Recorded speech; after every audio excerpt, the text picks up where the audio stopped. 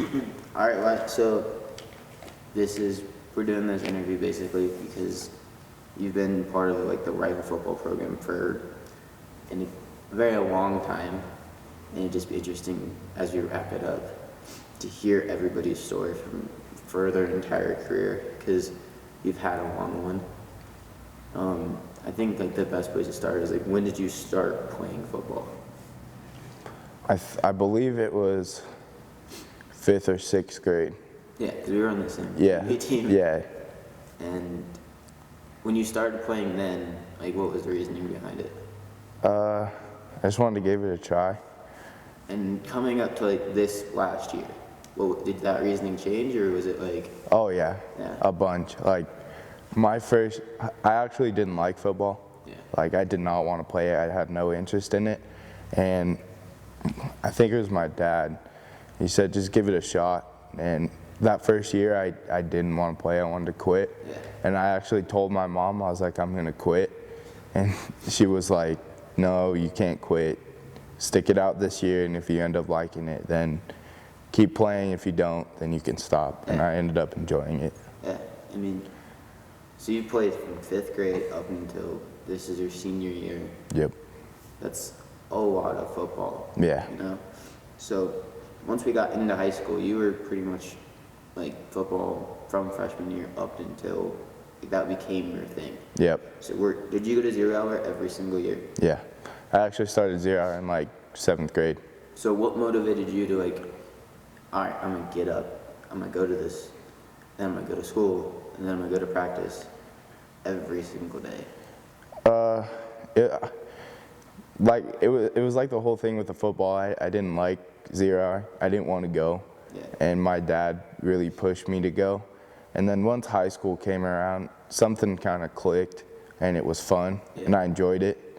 And you know, after that, I kind of it was habit. Yeah, because I've noticed everybody before you was like, I just didn't want to be the guy who didn't show up. Yeah. Because then you're known as that guy, and you're known as the guy who's not there. And then it kind of looks like why are you not putting in the effort when, you know, the rest of your team is? Yeah. Yeah, I mean, I just feel like it's so much dedication into one thing, and that's incredible that you've done it for, you know, like 6 years now. Yeah. Non-stop 0 hour. What motivates you to go, I'm doing this now? For me personally, I want to get better as a human being, but the main thing was then being on the football team, I wanted to better off the team, and by doing that, I wanted to better off myself. Therefore, I could be the best for the team. Yeah. You know what I'm saying? Yeah. Just not the weak link. Yeah. Because you have an important part to Yeah. your center and your O-line. Yeah. Yeah. So I mean, you're right there in the middle of it. Yep. So it's not something you'd want to have like a weak link. Yeah, I didn't want to be that guy on the field that was always getting dominated. Yeah. And I wanted to start. Yeah, exactly. So, and I wanted to keep my starting position, and I had to fight for it. Yeah. So you've talked about your dad a lot in the last few questions. Would you say that he was, you know, would you thank him the most when it comes down to it for motivating you to go play? Oh yeah, 100%. Just because, I mean, he played, right? Yep. And he was an amazing football player. So was that, like, him playing, did that really, like, I want to be better than my dad, or I want to be like my dad, be proud of me? Or was there any of that in there at all? Oh, of course. And we always have like a little competition at home, like, I got to be better than you, you got to be better than me. And that played a little part in it, but I just wanted to fill his shoes the most. I just wanted I wanted to live up to his expectation.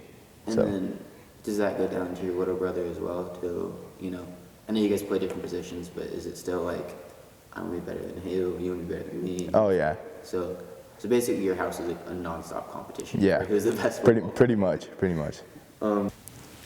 you walk on that field, are you playing for anybody? Or are you playing, you know, you're thinking like, this one's for my mom, this one's for my dad, and this one's for, you know, because you have a super big family. So do they have anything part of it? Yes. I mean, they're all part of it. Yeah. Like, I don't go out to play a game specifically for one person. Yeah, I mean, I play for everybody. Yeah. I want to play for. I want to impress everybody. Yeah. So. And I think you do. I mean, I've watched you play since I was in 5th grade. Yeah. You've always been super talented. So, and then watching you go through high school football, it's like, all right, Wyatt's doing his thing. Yeah.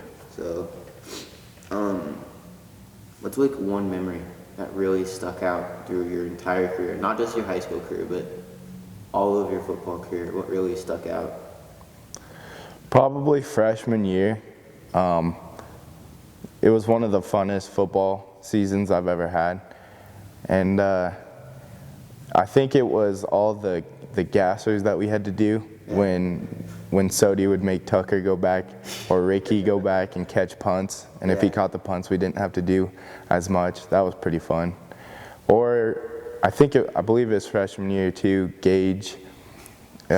He put me on my butt. Yeah. That was the first time I've ever been blown off my feet, and it was an eye opener. I was like, holy crap. Put things in perspective for you. Like, Yeah. People are big. Yeah. You're leaving this year, right? We're going off to college or wherever we're going. Next year's seniors includes your little brother that you played football with up until this point. What do you have advice for him for, being the new, because he's a pretty important role when it comes down to it.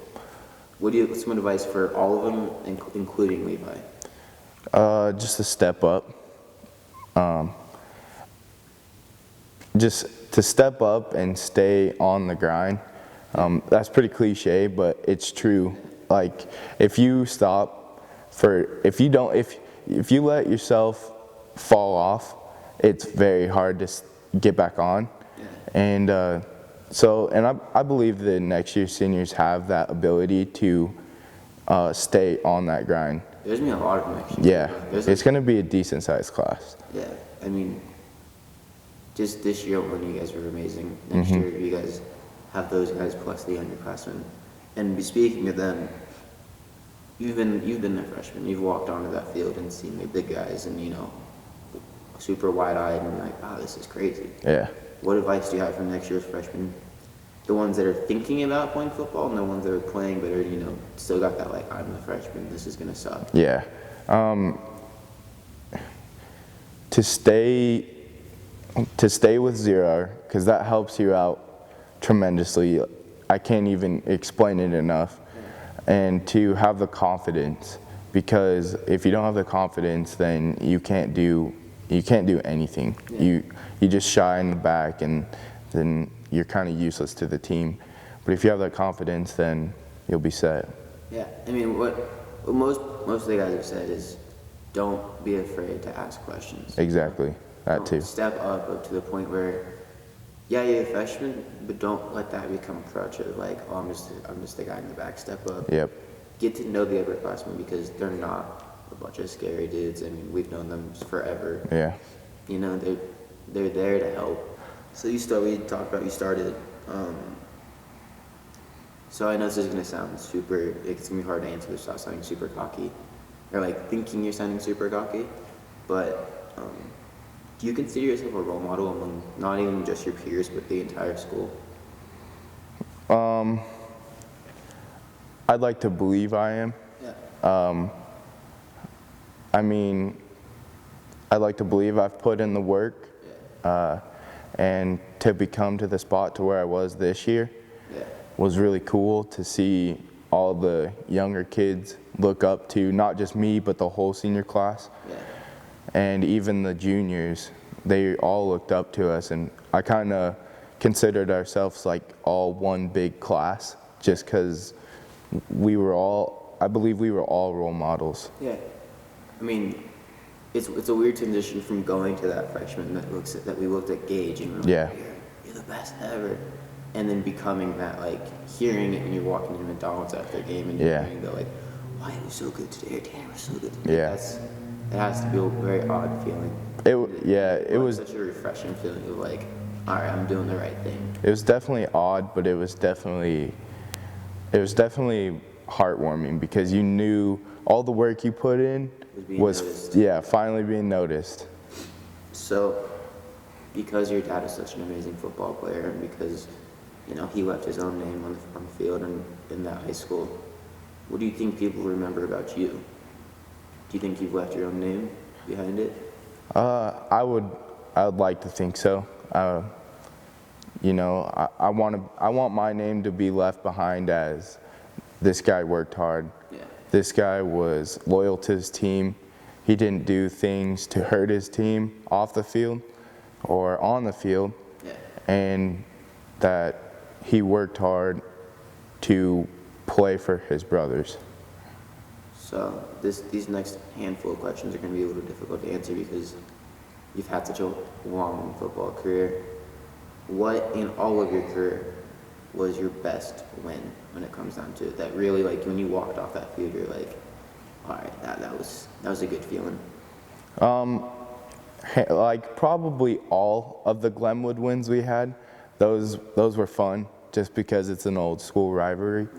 But the game that stood out the most to me was, I believe, sophomore year when we stopped Glenwood 4th and 1 we stopped them 4th and 1 on the goal line for the win, and So, that was pretty cool. you're not, like, half of you said all of Glenwood wins, but you're the second one to reference that exact same play. Yeah, well, so I didn't play defense Yeah. sophomore and junior year. Sophomore year, I played like very vaguely. Yeah. And so that was actually one of the drives that I got to play defense. So I was actually a part of it. Yeah. And it was pretty cool to like be a part of such a big win. So on the opposite end of that, we just talked about your win. What do you think was your hardest loss to really like take home and be like, damn, that one wasn't? And what did that teach you? Because I'm sure you walked out with a different outlook on things. Definitely this year against Resurrection Christian. It was a fun game. Yeah. Don't get me wrong. It was just such a hard loss for me because it was my last football game as a Rifle High School Bear, and like being a part of this culture at Rifle, like it's been my whole life, and so that was kind of hard.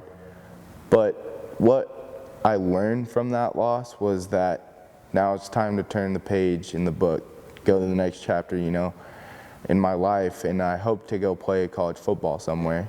And that really opened up my eyes to, okay, now I'm the low person on the totem pole. Yeah. So now it's time to get back to work. Kind of fresh start. Yep. But just a couple of others I've mentioned, like it's my last game. Like that's when it really set in. It was like, damn, this is my last game Yep. for football for my high school years. And I don't remember who said it, but it was like I made the realization that it was time to move on and things end. And like this was a great time in my life, but it's just one chunk, and now let's move on to another good chunk, and move on Yep. to another good chunk. Exactly. Let's see what else. So, who do you think is the most proud of you when it comes down to it for football? It's hard to pinpoint down one person,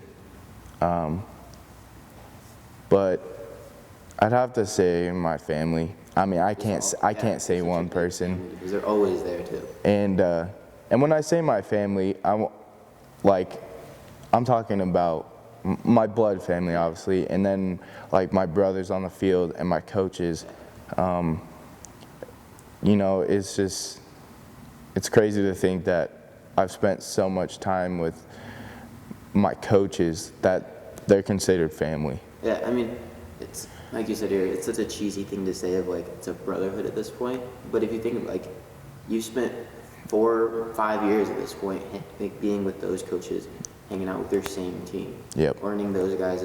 You've seen them at their best when you like have an amazing win, or when you guys are walking off. Yep. We lost. Yep. So you've seen them through every step of motion. You've seen them work their ass off. You've seen them, have every good day, every bad day. Yep. So it is at this point, it's a brotherhood and a family. Just to, you go to those guys for everything. Yep. So just making sure everybody's proud of each other, I think, is the most important thing. Exactly. So on the other end of that, who do you think is the hardest on you when it comes down to it? That one's probably a tie between my dad and OD. Yeah. My dad, because, you know, he's my dad, that's his job. Yeah. And why I say a tie is because there's a lot of things that my dad's hard on me to be better. Yeah. But there's a lot of things that OD as well as is hard on me to become better. Yeah. And it's an equal tie between them because I'm with them a lot of my time. Yeah. Because with OD, I'm with them with 0 hour. And then during school, if I had a weights class, I was with him. And then my dad, you know, I live with him. Yeah, so he's always there. yeah, exactly. Do you have any like advice just for your Levi? Because you know he is the next. There's three of you. You know, your dad left a mark. You left your mark. I'm assuming he wants to do the same. Do you have any advice for just him? Just to step up, be himself. Don't try to be someone else. Yeah. And put in the work hard. Yeah. That's pretty much it. Be a good dude. Yeah, and I think you and Nick, your coaches, have really instilled that on him too. Like, Yeah. just do, because he's not. What did your dad play? Middle linebacker and guard. Yeah, and you run the line. Yep. And Levi's not. So he's, you know, taking a different route, but in the same series of routes. Yep. So just keep doing him, and because he's doing really well. Yeah. So I think you guys got a good family of football in you. Yeah. So they're running to our last few questions. So there's a large difference between the two of these answers. What makes a great football player? An honest person, a person that's willing to work hard and sacrifice himself, sacrifice his time. He needs to be selfless and, you know, just, and I guess loving. Yeah. And caring for the people around him. If you have a person that's self-centered and doesn't care about his brothers or anything, it's hard to build a team around that.